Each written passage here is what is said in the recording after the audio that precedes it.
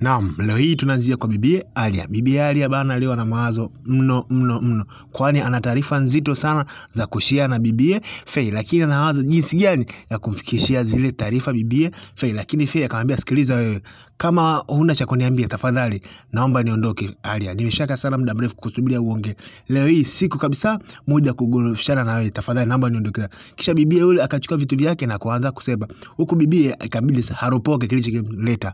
Akamwambia, sikiliza, Basili anaumwa sana, yuko mbioni kupoteza maisha. Bibi kusikia vile ikabidi kwanza ageuke nyuma amsikilize wifi yake vizuri. Huku Bibi akaanza kuangua sakilio. Nakwambia, sikiliza, nimeenda hospitalini, Basili haelewi chochote kinachomsumbua, lakini mapafu yake yana shida kubwa mno.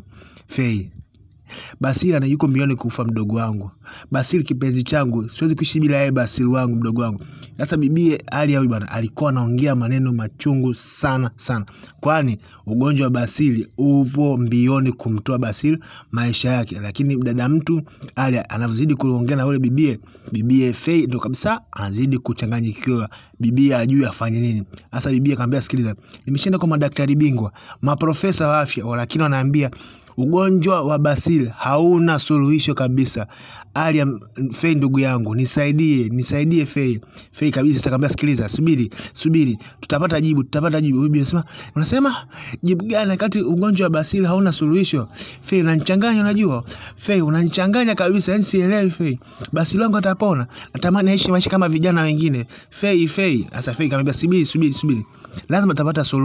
Lazima tutapata suluhu ya ugonjwa wa Basili. Usijali wifi yangu, wewe kuwa mpole. Yani ni maajabu leo mpaka Faye ameita Bibi wifi. Sasa huyu Bibi akamwambia, sawa basi, inabidi tushirikiane bana katika hili tatizo ambalo linanikumba. Tafadhali Faye, na kuomba usiniache peke yangu katika hili janga linalokumba sasa hivi.